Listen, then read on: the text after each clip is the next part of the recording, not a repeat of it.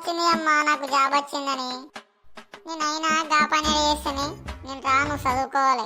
సాల్తీ నీ చదువుడు, నీకు జాబ్ వచ్చినట్టే నేను చూసినట్టే. తొందరగా రెడీగా నేను చాయ్ పెడతా, తాగినాక పోదాం.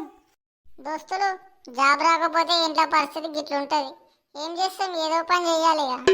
ఏమ్రా పోదామా, ఇక టైం అవుతుంది. పోదామమ్మా. ఇంతకు ఏమేం తీసుకోదాం? ఒక పెన్ను ఒక కాపీ తీసుకుని రారా.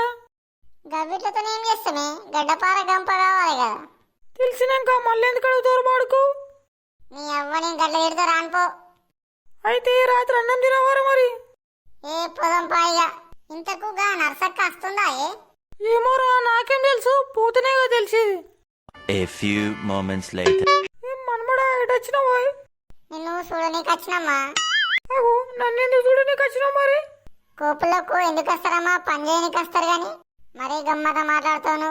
నీ అవ్వ అందుకే రానంట నేను కోపులకు. అరే కొడుక, అమ్మాలంటే గట్లనే అంటారా? కాగితానికి అలుగుతావారా నువ్వు?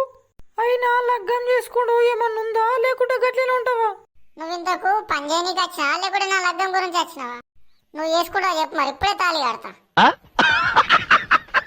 తాత ఒప్పుకుంటాడో లేడో, మళ్ళా ముసలుడు ఆగమైతాడు నిన్ను నేను చేసుకుంటే. ముసలైన కానీ ఇంకా సిగ్గస్తలేదు. ఏమన్నావు ఇప్పుడు? ఏం లేదమ్మా, తాత మంచిగా ఉన్నా అని అడుగుతున్నా.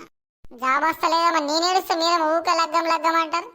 నీకు జాబ్ వచ్చేటికల్లా పెన్నులో ఇంకా అయిపోతుంది, మరి చూసుకో. పెన్నులో ఇంకా అయిపోవడమేంది? అసలు నీతో మాట్లాడమే నా తప్పు.